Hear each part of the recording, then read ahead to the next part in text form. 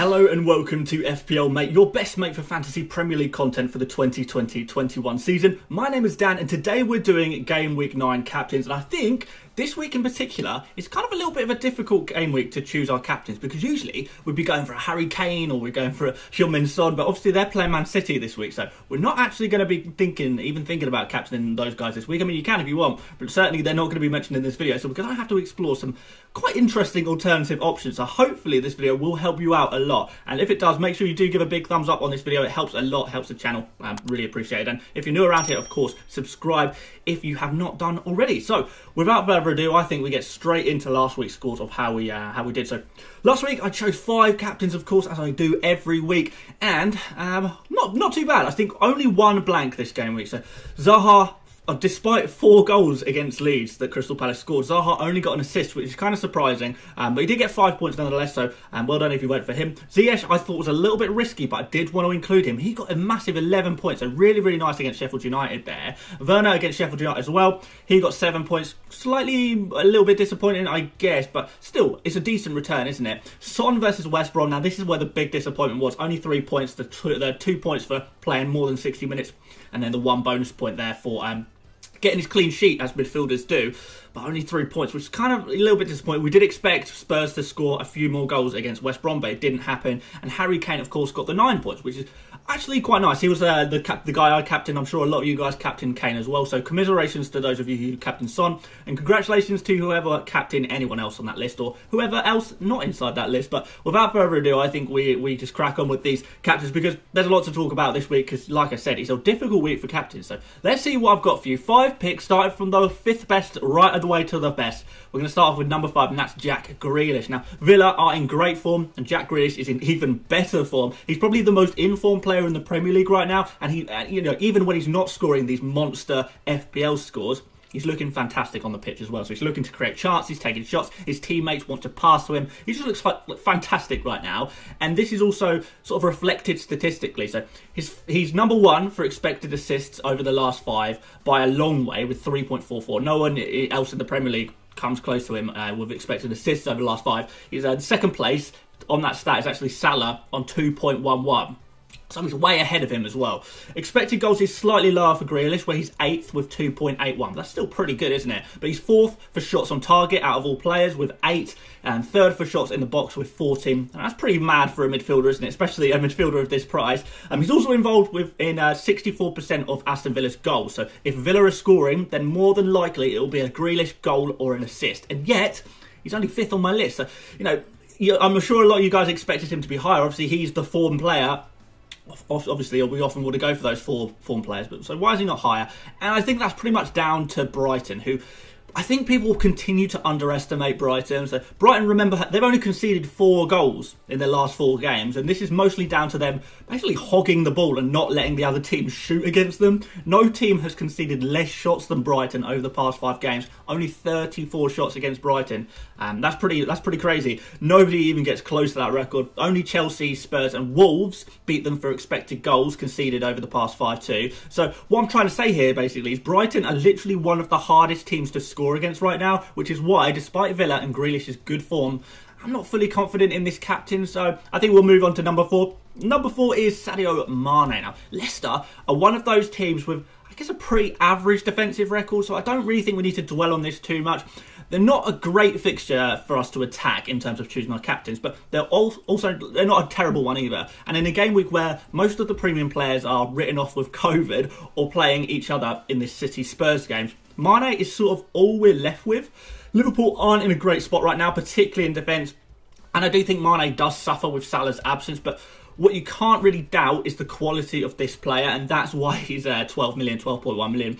I'm sure a lot of you guys will have transferred him in for Salah this game week too, so if you're spending that amount of money on a player, we want to at least consider him for a captain, don't we? Now, I have to admit to you guys, looking statistically, Mane doesn't really show up near the top and pretty much any underlying stat over the past 5 games. Fair enough, he's only played 4 games in the last 5 game weeks, but We still probably expect a little bit more from him.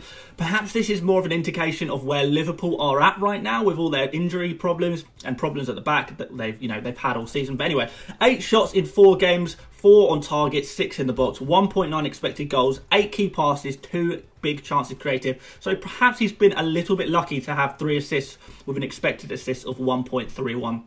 But you could again put that, you could attribute that to the quality of the player. Good players do overperform their underlying stats.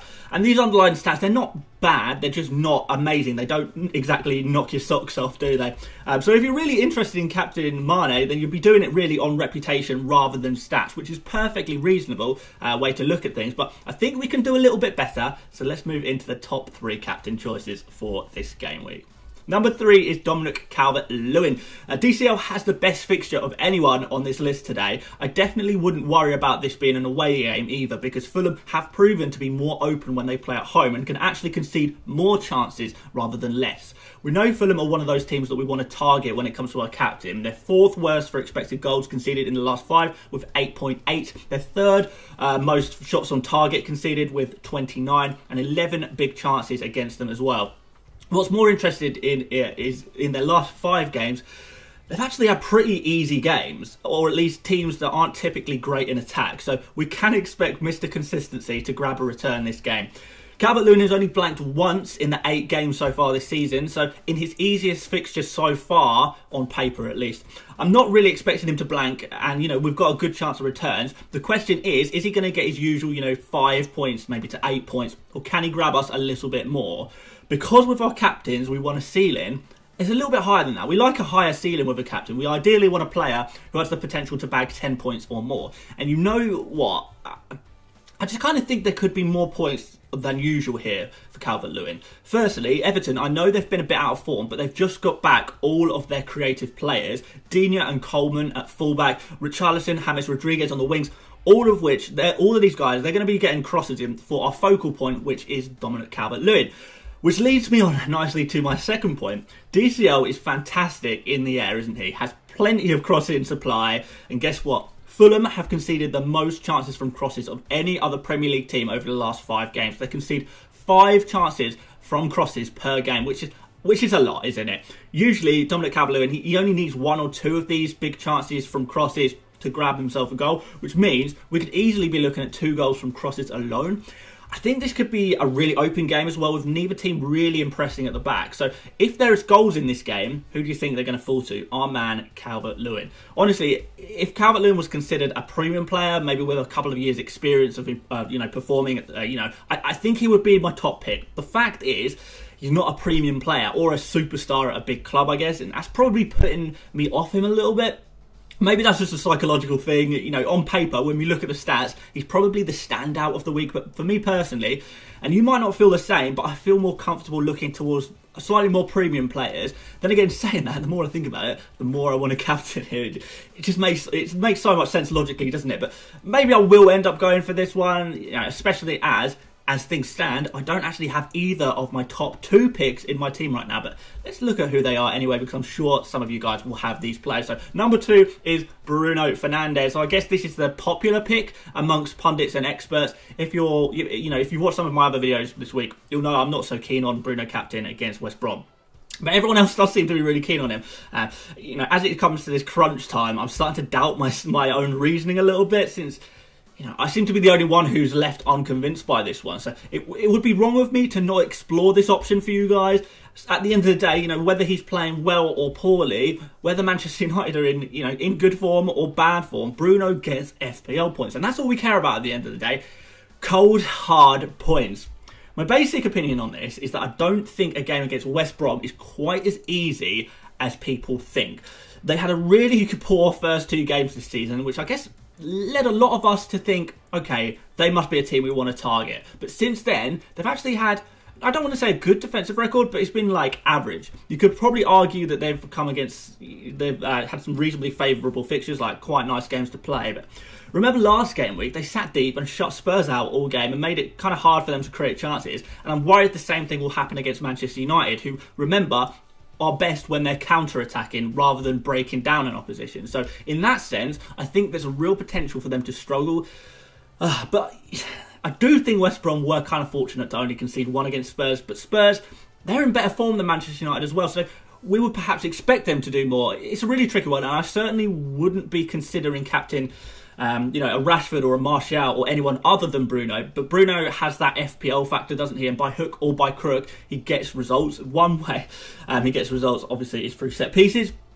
West Brom, despite their okay defensive record recently, actually they're #1 for shots from set pieces conceded, with 6 in the last 5. This is obviously huge in Bruno's favour, and if this game goes sort of 2-0 to Manchester United, 2-1 maybe, you'll probably say that Bruno plays a hand in those goals. So I do think this is a good option, but I'm still really struggling to call him the best option this game week. But that's just me. Maybe you see things in a slightly different way, and that's completely fair. I wouldn't blame anyone for going for him, and I would love to hear from you guys who are going to captain Bruno, why you are thinking of doing that. But who do I prefer? Who's my #1 pick? That's the question. And it's my #1 pick for this game week, Hakim Ziyech. So Ziyech was obviously the top scoring player out of my picks last week, and I said in that video I would love to put him higher in that list, but there wasn't enough data in the Premier League for me to justify it logically. As such, I may have put some doubt in some of your guys' mind, I guess, and I'm not going to make the same mistake again. As we've seen now, 2 fantastic creative performances from Ziyech in a row. I've avoided Chelsea attacking players so far this season, as I thought they would kind of share points a little bit too evenly and there'd be no standout. But Ziyech seems to have established himself as the main creative force of this Chelsea side. And per 90 minutes played, no player is getting close to Ziyech in terms of creativity. 8 key passes, 4 chances created.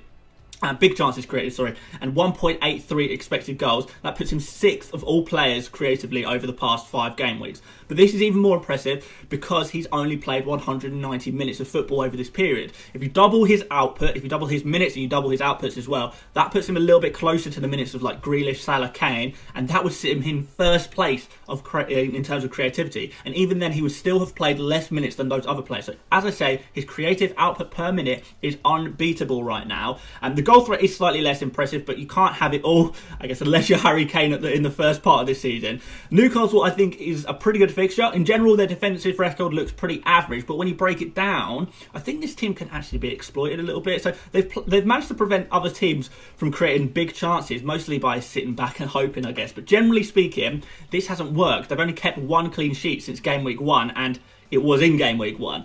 But a quality creative player like Ziyech is going to be able to get past this.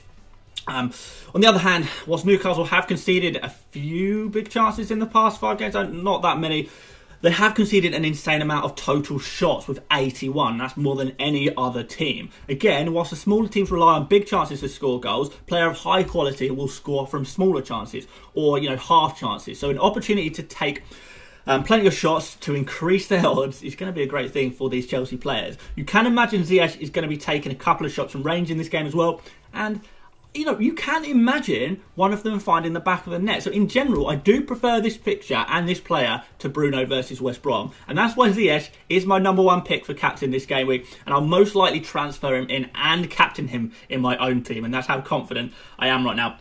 At least if I can resist the temptation on sticking that armband on Calvert-Lewin, which it is a real temptation. But I think the sensible option is transfer Ziyech in and captain him. So that's, I think, what I'm going to be doing this game week, but yeah, we'll find out tomorrow, won't we? But anyway, thank you so much for watching. If you have got any opinions on the captains, I would really be interested to know who you are going for this game week. Leave it in the comments who you are going to go for your captain this game week. And maybe a little reason why as well. And I'd love to read kind of your opinions on all of this. And maybe you've got another differential player, maybe that's not in this list. I don't know. I know I've seen a few people talking about slightly different players, but these are my top 5 picks. But maybe if you've got a different idea, I'd love to hear from you guys. But aside from that, thank you so much for watching. Like I say, please give the video a big thumbs up if you did enjoy it today, if you found it useful at all. Please subscribe if you are new around here.